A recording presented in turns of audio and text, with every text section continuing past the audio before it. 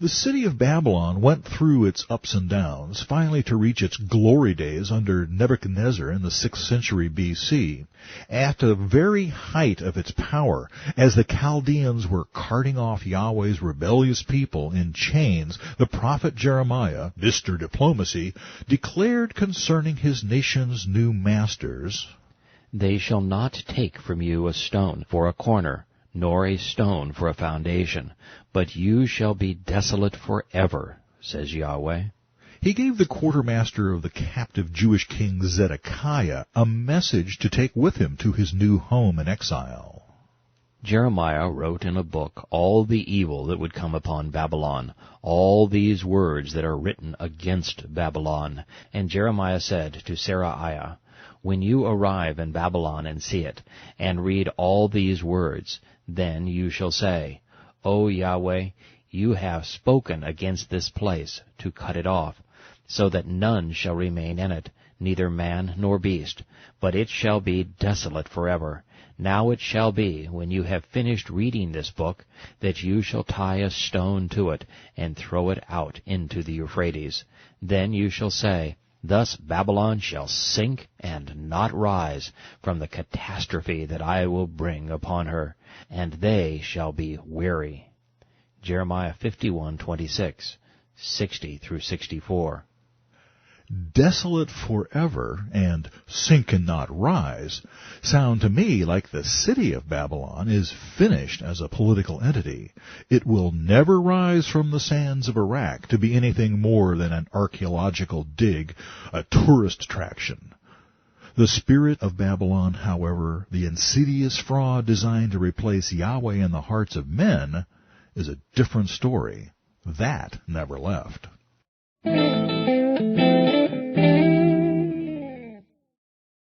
Let's rejoin John as he copes with information overload from one of the angels. Then one of the 7 angels who had 7 bowls came and talked with me, saying to me, "Come, and I will show you the judgment of the great harlot, who sits on many waters, with whom the kings of the earth committed fornication, and the inhabitants of the earth were made drunk with the wine of her fornication." Revelation 17:1 and 2. John's introduction to this harlot tells us several things. She exerts her seductive influence over many Gentile nations. Waters, or the sea, invariably symbolize Gentiles in Scripture, while land or earth represents Israel. Then we see that political rulers and common citizens alike have been committing fornication with the harlot. That, as we have seen, is a picture of abandoning our proper relationship with Yahweh, our God, for a dead-end liaison with someone else, anyone else.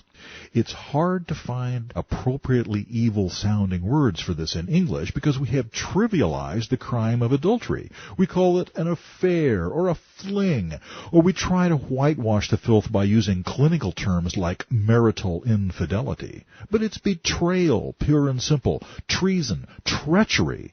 The angel, however, tells John that the harlot is about to experience judgment. And notice something else. Whereas the leaders were consciously and purposely cheating on God, the inhabitants of their lands had to be put under the influence first.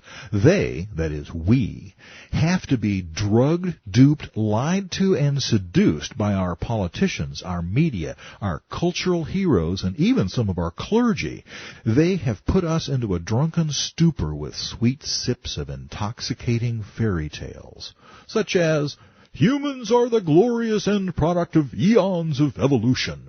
There's no God directing our destiny. Marriage may be a lifestyle you can choose to add convenience and gratification to your life, but homosexuality and serial monogamy work just as well. There's no real right or wrong way to live your life because there is no such thing as absolute truth. It doesn't matter what God you believe in, so long as you are sincere in your beliefs." It's no excuse, you understand. We are no less guilty.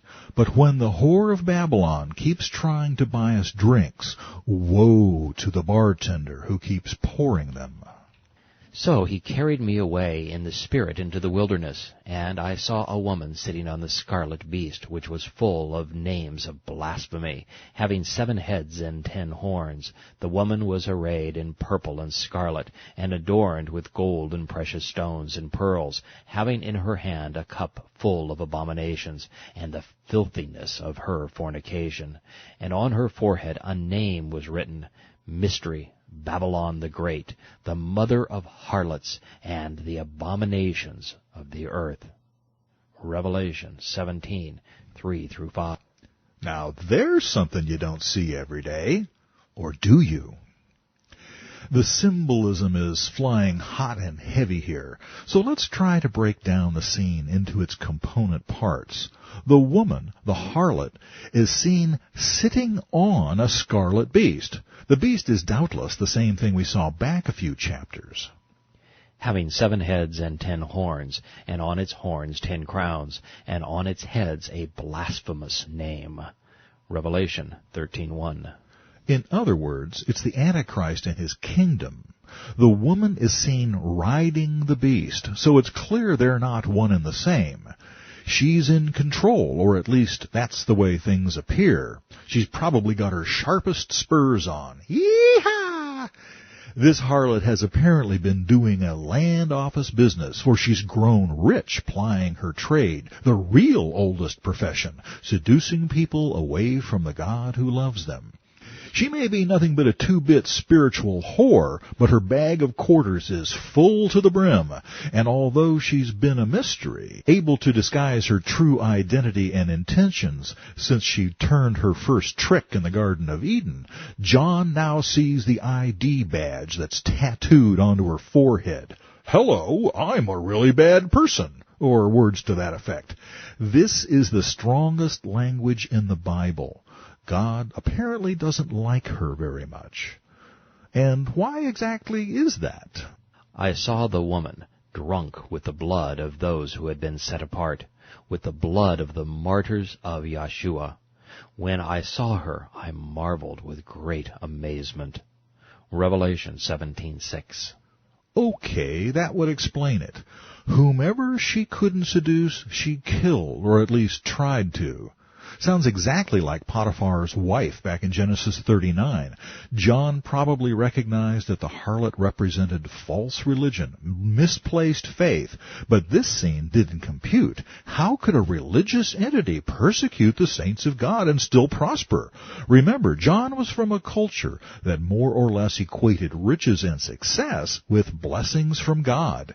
He was having trouble figuring out how such a nasty woman could have gotten so far in life. But the angel said to me, Why did you marvel? I tell you a mystery of the woman and of the beast that carries her, which has the 7 heads and the 10 horns.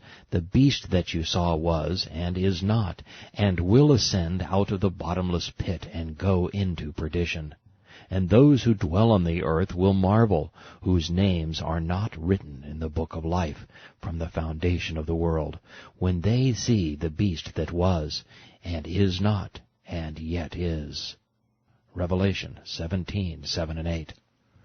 It will transpire that the mystery the angel promised to sort out had little to do with who the harlot was or how she got so successful, but rather how she would end up. Same thing for the beast. The messenger left the rest for us to ponder on our own, and ponder we should, for the only way to avoid the harlot's snare and the beast's rage is to know who they are and what they're up to. For the post-rapture world, the particulars won't be a mere academic exercise. The harlot, by this time, will have already achieved her goals. It'll be too late to stop her from getting drunk on the blood of the saints. And although the true church will have been removed from the earth by this time, the new believers who come to faith after the rapture, the tribulation saints, will be powerless to effect change or protect themselves from her. Names, dates, and GPS coordinates will all be beside the point to them. All they'll be able to do is support each other and wait out the storm. What matters for us is that we understand that Yahweh will deal with both the harlot of Babylon and the beast she rides. This much is clear. The unsaved multitudes will marvel at the beast's wonderfulness. They'll think he's the coolest thing they've ever seen. Men will weep for joy in his presence, and women will swoon at his feet. The newly redeemed will not be similarly impressed. They'll merely be afraid. The bottomless pit, or abyss, is mentioned 4 places in Revelation. In chapter 9, it's seen as sort of a holding tank for some rather interesting demonic beasties that we'll discuss in due time. In chapter 11, it is identified, as it is here in 17, as the hometown of the beast. It is seen one last time in chapter 20 as a place where Satan will be bound for 1,000 years.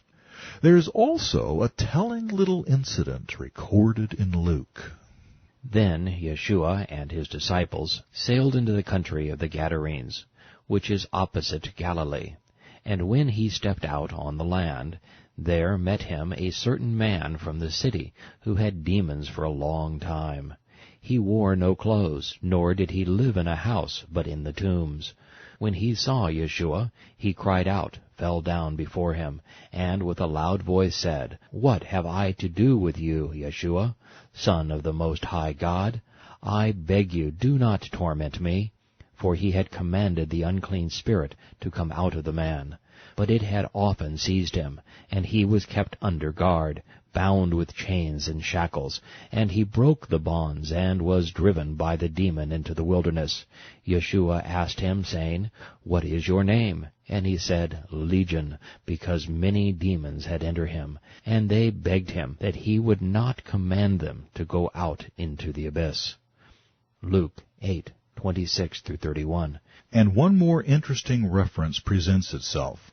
The angels who did not keep their proper domain, but left their own abode, he has reserved in everlasting chains under darkness for the judgment of the great day.